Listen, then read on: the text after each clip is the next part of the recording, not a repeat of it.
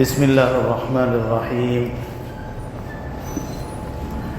عن يزيد بن حبان رحمه الله قال: انطلقت أنا وحسين بن صبراء رحمة الله عليه وعمرو بن مسلم إلى زيد بن أرقم رضي الله عنه، فلما جلسنا إليه قال له حسين رحمه الله: لقد لقيت يا زيد خيرا كثيرا، رأيت رسول الله صلى الله عليه وسلم وسمعت حديثه وغزوت معه وصليت خلفه، لقد لقيت يا زيد خيرا كثيرا إلى آخر الحديث.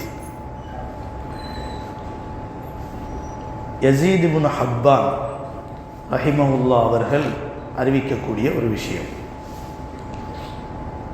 இன்தலக்து அன வ ஹுசைன் இப்னு சப்ரா வ அம்ர் இப்னு முஸ்லிம் ரஹிமஹுமுல்லாஹ், நானும் மற்றும் ஹுசைன் இப்னு சப்ரா ரஹிமஹுல்லாஹ் அவர்களும் அம்ர் இப்னு முஸ்லிம் ரஹிமஹுல்லாஹ் அவர்களும் ஒரு உயர்ந்த சஹாபியாகிய இலா ஸைத் இப்னு அர்கம், ஸைத் இப்னு அர்கம் ரலியல்லாஹு அன்ஹு அவர்களிடத்தில் சென்றோம். இது நபிகள் நாயகம் ஸல்லல்லாஹு அலைஹி வஸல்லம் அவர்களுடைய காலத்துக்கு வெகு தூரத்திற்கு பிறகு நடைபெற்ற ஒரு நிகழ்வு. நாங்கள் சென்றோம். அந்த சஹாபி தங்கியிருக்கிறார்கள் என்பதை கேள்விப்பட்டு அவர்களை சந்திப்பதற்காக வேண்டி நாங்கள் சென்றோம். அவர்களை சந்தித்ததற்கு பிறகு அப்போது நாங்கள் 3 பேர் வந்ததிலே எங்களில் ஹுசைன் இப்னு சப்ரா ரஹிமஹுல்லாஹ் என்று சொல்லப்படக்கூடிய அவர்கள் ஸைத் இப்னு அர்கம் ரலியல்லாஹு அன்ஹு அவர்களை பார்த்து சொன்னார்கள்: லக்கத் லகீத யா ஸைத் கைரன் கசீரா, நீங்கள் தங்களுடைய வாழ்க்கையில் அதிகமான நலவுகளை பெற்றிருக்கிறீர்கள், நலவுகளை சந்தித்திருக்கிறீர்கள். காரணம் என்ன? ஸல்லல்லாஹு அலைஹி வஸல்லம் அவர்கள் கூட இருந்த அந்த தோழமை என்பது ஒரு பெரிய ஒரு சந்தோஷமான விஷயம் தானே. அதை சொல்கிறாங்க. லக்கத் லகீத யா ஸைத் கைரன் கசீரா, ஸைத் அவர்களே, தாங்கள் தங்களுடைய வாழ்க்கையில் அதிகமான நன்மைகளை நலவுகளை சந்தித்திருக்கிறீர்கள். அந்த நலவுகள் என்ன? ரஅய்த ரசூலல்லாஹி ஸல்லல்லாஹு அலைஹி வஸல்லம், நபிகள் நாயகம் ஸல்லல்லாஹு அலைஹி வஸல்லம் அவர்களை சந்தித்திருக்கிறீர்கள். வ சமிஅத ஹதீஸஹு, நபியிடமிருந்து ஹதீஸுகளை கேட்டிருக்கிறீர்கள். வ கஸௌத மஅஹு, அவர்களோடு சேர்ந்து புனித போர்களிலே கலந்திருக்கிறீர்கள். வ ஸல்லைத கல்ஃபஹு, நபியோடு சேர்ந்து நபிக்கு பின்னால் நின்று தொழுதிருக்கிறீர்கள்.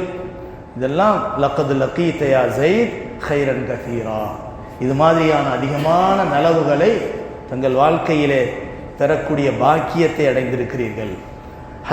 ஹத்திஸ்னா யா ஸைத். எனவே நபிகள் நாயகம் ஸல்லல்லாஹு அலைஹி வஸல்லம் அவர்கள் கூட இருந்த அந்த காலத்திலே நபி அவர்களிடமிருந்து கேட்ட அந்த விஷயங்களில் ஏதாவது ஒன்றை, ஏதாவது சில செய்திகளை எங்களுக்கு அறிவித்து தாருங்கள். ஹத்திஸ்னா யா ஸைத் மா சமிஅத மின் ரசூலில்லாஹி ஸல்லல்லாஹு அலைஹி வஸல்லம், ஸல்லல்லாஹு அலைஹி வஸல்லம் அவரிடமிருந்து தாங்கள் கேட்டதில் ஏதாவது செய்தியை எங்களுக்கு சொல்லித்தாருங்கள் என்று கேட்டோம். கால, அப்போது உயர்ந்த சஹாபியாகிய ஸைத் இப்னு அர்கம் ரலியல்லாஹு அன்ஹு அவர்கள் கூறினார்கள்: யப்ன அஹி, என்னுடைய சகோதரரின் மகனே, வல்லாஹி லக்கது கபிரத் சின்னி, நீங்கள் சொல்லுவதெல்லாம் உண்மைதான், ஆனால் இப்போது அல்லாஹின் மீது ஆணையாக என்னுடைய வயது அதிகமாகிவிட்டது, முதிர்ந்து விட்டது. வக்கது மஅஹதி, என்னுடைய காலம் ரொம்ப கடைசி எல்லையை நோக்கி போய்கொண்டிருக்கிறது.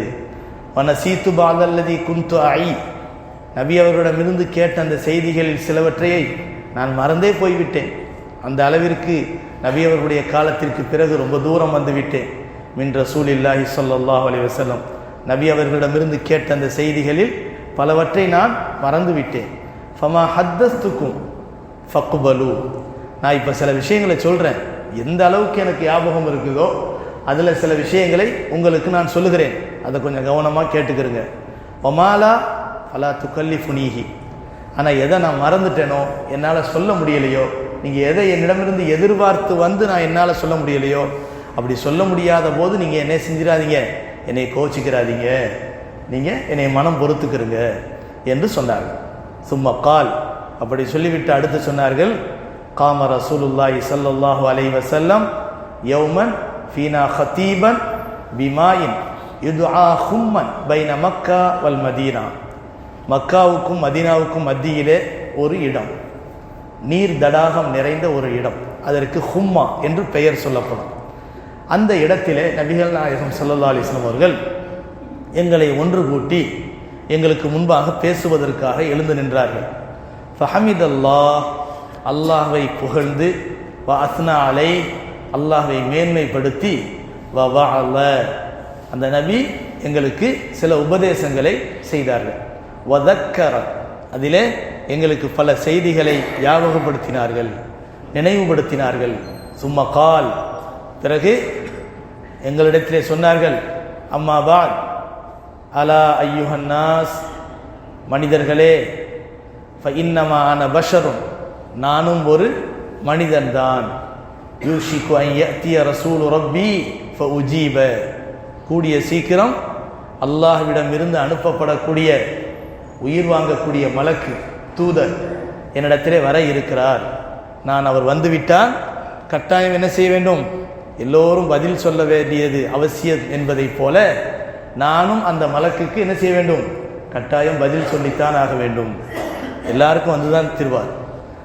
அதாவது மலக்குல் மௌத் என்று சொல்லப்படக்கூடிய இஸ்ராயில், அவர் யாருக்குமே யாரையும் என்ன செய்ய மாட்டார், விலகி இருக்க மாட்டார்.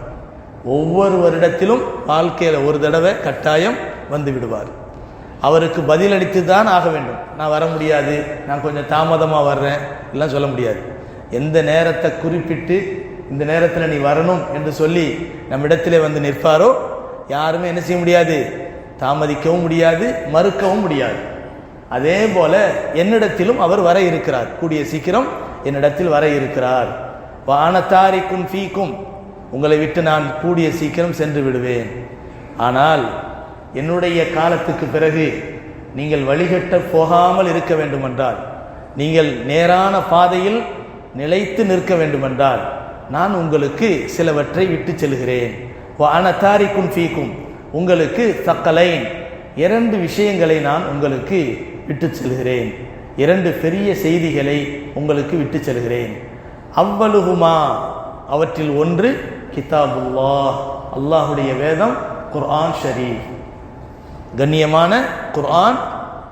நான் உங்களுக்கு விட்டு செல்லக்கூடிய நேர்வழி காட்டக்கூடிய பொக்கிஷங்களில் ஒன்று என்று நபிகள் நாயகம் ஸல்லல்லாஹு அலைஹி வஸல்லம் சொல்லிவிட்டு சொன்னார்கள், அந்த குர்ஆன், அந்த அல்லாஹுடைய வேதம், ஃபீஹில் ஹுதா, அதிலே நேர்வழி இருக்கிறது, வன்னூர், ஒளி இருக்கிறது, பிரகாசம் இருக்கிறது. ஃபஹுது பி கிதாபில்லா, அல்லாஹுடைய வேதத்தை பற்றி கொள்ளுங்கள். வஸ்தம்சிகு பிஹி, அதை நீங்கள் விட்டு விடாதீர்கள், பலமாக நன்றாக பற்றி பிடித்துக் கொள்ளுங்கள். ஃபஹஸ்ஸ அலா கிதாபில்லா, அதற்கு பிறகு அந்த வேதத்தை பற்றிய செய்திகளை, குர்ஆனை பற்றிய முக்கியத்துவங்களை நபிகள் நாயகம் ஸல்லல்லாஹு அலைஹி வஸல்லம் அவர்கள் எங்களுக்கு அதிகமாக ஏவினார்கள், சொன்னார்கள். வரகப ஃபீஹி, அதிலே எங்களுக்கு ஆர்வம் ஊட்டினார்கள். சும்ம கால், பிறகு சொன்னார்கள், 2வது விஷயம் என்னவென்றால், வஅஹ்லு பைத்தி, என்னுடைய குடும்பத்தினரை உங்களுக்கு விட்டு செல்கிறேன். அஹ்ல பைத் என்று சொல்லப்படக்கூடிய குடும்பத்தினரை நான் விட்டு செல்கிறேன். உதக்கிருக்குமுல்லாஹ் ஃபீ அஹ்லி பைத்தி, என்னுடைய அஹ்ல பைத்துகள் விஷயத்தில் உங்களை நான் அல்லாஹ்வை ஞாபகப்படுத்துகிறேன். அஹ்ல பைத் என்று சொன்னால் அவ்வளவு கண்ணியமானவர்கள் என்ற விஷயத்தை நபி அவர்கள் நமக்கு எடுத்து காட்டுகிறார்கள். உதக்கிருக்குமுல்லாஹ ஃபீ அஹ்லி பைத்தி, என்னுடைய அஹ்ல பைத்துகள், என்னுடைய குடும்பத்தினர் விஷயத்தில் உங்களை அல்லாஹ்வை ஞாபகப்படுத்துகிறேன். உதக்கிருக்குமுல்லாஹ ஃபீ அஹ்லி பைத்தி, திரும்பவும் சொன்னார்கள், அல்லாஹ்வை உங்களுக்கு ஞாபகப்படுத்துகிறேன், என்னுடைய குடும்பத்தாரின் விஷயத்தில் கண்ணியமாக நடந்து கொள்ள வேண்டும் என்ற விஷயத்தில் உங்களுக்கு அல்லாஹ்வை ஞாபகப்படுத்துகிறேன். ஃபகால லஹு ஹுசைன், அப்போது அங்கே அந்த செய்திகளை கேட்டுக்கொண்டிருந்த அந்த ஹுசைன் இப்னு சப்ரா ரஹிமஹுல்லா அவர்கள் ஸைத் இப்னு அர்கம் ரலியல்லாஹு அன்ஹு அவர்களை பார்த்து கேட்டார்கள், வமன் அஹ்லு பைத்திஹி யா ஸைத், ஸைத் அவர்களே, அஹ்ல பைத் என்றால் யார், அஹ்ல பைத் என்று சொன்னால் யார் என்று கேட்டார்கள். உடனே அலைஸ நிசாஉஹு மின் அஹ்லி பைத்திஹி, அவர்களுடைய பெண்கள், அவருடைய மனைவிமார்கள் அவருடைய அகல பைத்துகளில் கட்டுப்பட்டவர்களா இல்லையா என்று கேட்டார்கள். கால, அப்போது ஸைத் இப்னு அர்கம் ரலியல்லாஹு அன்ஹு அவர்கள் சொன்னார்கள், இஸாஉஹு மின் அஹ்லி பைத்திஹி, அவருடைய மனைவிமார்களும் அஹ்ல பைத்துகளில் கட்டுப்பட்டவர்கள்தான். வலாக்கின் அஹ்லு பைத்திஹி மன் ஹுரிம ஸதகத பஅதஹு, ஆனாலும் உண்மையான அஹ்ல பைத்துகள், இங்கே சொல்லப்படக்கூடிய அஹ்ல பைத்துகள் யார் என்று சொன்னால், நபிகள் நாயகம் ஸல்லல்லாஹு அலைஹி வஸல்லம் காலத்துக்கு பிறகு யார் ஜகாத் ஹராமாக்கப்பட்டார்களோ, ஜகாத் சாப்பிடக்கூடாது என்று ஹராமாக்கப்பட்டார்களோ அவர்கள்தான் உண்மையான அஹ்ல பைத்துகள் என்று ஸைத் இப்னு அர்கம் ரலியல்லாஹு அன்ஹு அவர்கள் சொன்னார்கள். உடனே ஹுசைன் இப்னு சப்ரா ரஹிமஹுல்லாஹ் அவர்கள் கேட்டார்கள், மமன்ஹும், அவ்வாறு சதகா ஜகாத் ஹராமாக்கப்பட்ட அந்த அஹ்ல பைத்துகள் யார் என்று கேட்டார்கள். உடனே ஸைத் இப்னு அர்கம் ரலியல்லாஹு அன்ஹு சொன்னார்கள், ஹும் ஆலு அலி ரலியல்லாஹு அன்ஹு, அவர்கள்தான் அலி ரலியல்லாஹு அன்ஹு அவருடைய குடும்பம் சார்ந்த மக்கள். வ ஆலு அகீல், மேலும் அகீல் ரலியல்லாஹு அன்ஹு அவருடைய குடும்பம் சார்ந்த மக்கள். அகீல்னா யாரு? அப்பாஸ் ரலியல்லாஹு அன்ஹு அவர்களுடைய அந்த குடும்பத்தில் வந்தவங்க. அதே போல வ ஆலு ஜாஃபர், ஜாஃபர் யாரு? அலி ரலியல்லாஹு அன்ஹுடைய தம்பி, சிறிய சகோதரர். ஜாஃபர் ரலியல்லாஹு அன்ஹுடைய குடும்பத்திலே வந்தவர்கள். வ ஆலு அப்பாஸ், மேலும் அப்பாஸ் ரலியல்லாஹு அன்ஹுடைய குடும்பத்தினுடைய பாரம்பரியத்திலே வந்தவர்கள். இவர்களெல்லாம் சதக்காக்கள், ஜகாத்துகள் ஹராமாக்கப்பட்டவர்கள். இவர்கள்தான் உண்மையான அஹ்ல பைத்துகள் என்று கூறினார்கள். கால, அவர் சொன்னார்கள், குல்லு ஹாவுலாய் ஹுரிம ஸதகா, இவர்கள் அனைவரும் சதக்காக்கள் ஜகாத்துகள் ஹராமாக்கப்பட்டவர்களா, சாப்பிடக்கூடாது என்று சொல்லப்பட்டவர்களா என்று கேட்டார்கள். கால, ஸைத் இப்னு அர்கம் ரலியல்லாஹு அன்ஹு சொன்னார்கள், ஆம், இவர்கள் அனைவருமே ஜகாத் ஹராமாக்கப்பட்டவர்கள் என்று கூறினார்கள். இந்த ஹதீஸ் சஹீஹ் முஸ்லிமிலே பதிவு செய்யப்பட்டிருக்கிறது. நாம் பேசிக்கொண்டு வரக்கூடிய அந்த தலைப்பு என்னவென்று சொன்னால், நபிகள், அதாவது பொதுவாக விடைபெறக்கூடிய மனிதர் கடைசி நேரத்தில் மக்களுக்கு என்ன சொல்ல வேண்டும், என்ன பேசினார்கள், அதே போல விடைபெற்று செல்லக்கூடிய மனிதரிடத்தில் என்ன சொல்ல வேண்டும், விடைபெறக்கூடியவர் செய்யக்கூடிய உபதேசம், விடைபெற்று செல்லக்கூடியவருக்கு சொல்லக்கூடிய உபதேசம். ஆக உபதேசத்தை பெறக்கூடியவராக விடைபெறக்கூடியவர் இருந்தால் அவருக்கு உபதேசம் கொடுக்கணும். விடைபெற்று செல்லக்கூடியவர் உபதேசம் செய்வதற்கு தகுதி வாய்ந்தவராக இருந்தால் அவர் உபதேசம் செய்ய வேண்டும். அந்த தலைப்புக்கு கீழே இந்த ஹதீஸ் ஏன் சொல்லப்படுது என்று சொன்னால், நபிகள் நாயகம் ஸல்லல்லாஹு அலைஹி வஸல்லம் அவர்கள் இடையில சொல்றாங்க பாருங்க, வைன்னமா அன பஷருன், நானும் மனிதன் தான், என்னிடத்திலே மலக்குல் மௌத் கூடிய சீக்கிரம் வரப்போகிறார்கள், நான் அவர்களுக்கு பதிலளித்து நான் இங்கிருந்து செல்ல போகிறேன், அதற்கு முன்பாக முக்கியமான ஒரு விஷயத்தை உங்களுக்கு விட்டு செல்கிறேன் என்று சொல்லி ரெண்டு விஷயத்தை சொல்றாங்க. ஒன்று, குர்ஆனை உங்களுக்கு விட்டு செல்கிறேன், எந்த ஒரு காலத்தில் நீங்கள் குர்ஆனை பற்றி கொண்டாலும் உங்களுக்கு தோல்வி என்பது கிடையாது, பின்னடைவு என்பது கிடையாது, நஷ்டம் என்பது கிடையாது, நீங்கள் வெற்றியாளர்களாக இருக்கலாம். இரண்டாவது, கண்ணியம் கொடுக்கப்பட வேண்டிய மனிதர்களில் மிக முக்கியத்துவம் வாய்ந்தவர்கள் அஹ்ல பைத்துகள் என்று சொல்லப்படக்கூடிய என்னுடைய குடும்பத்தினர் என்று நபிகள் நாயகம் ஸல்லல்லாஹு அலைஹி வஸல்லம் சொன்னார்.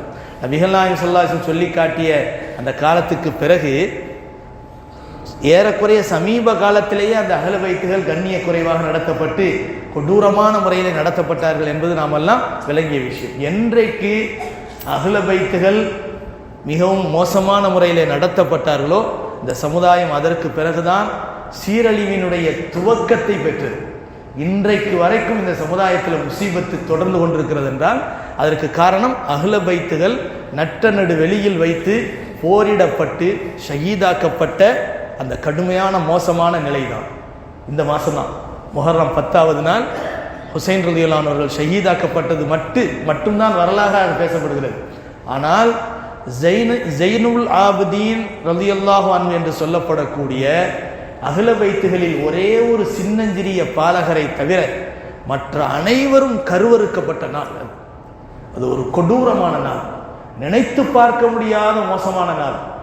அந்த மைதானத்திலே சொட்டு தண்ணீருக்காக நம்முடைய நபியினுடைய குடும்பம் ஏங்கி கதறி துடித்த நாள் அந்த நாள்.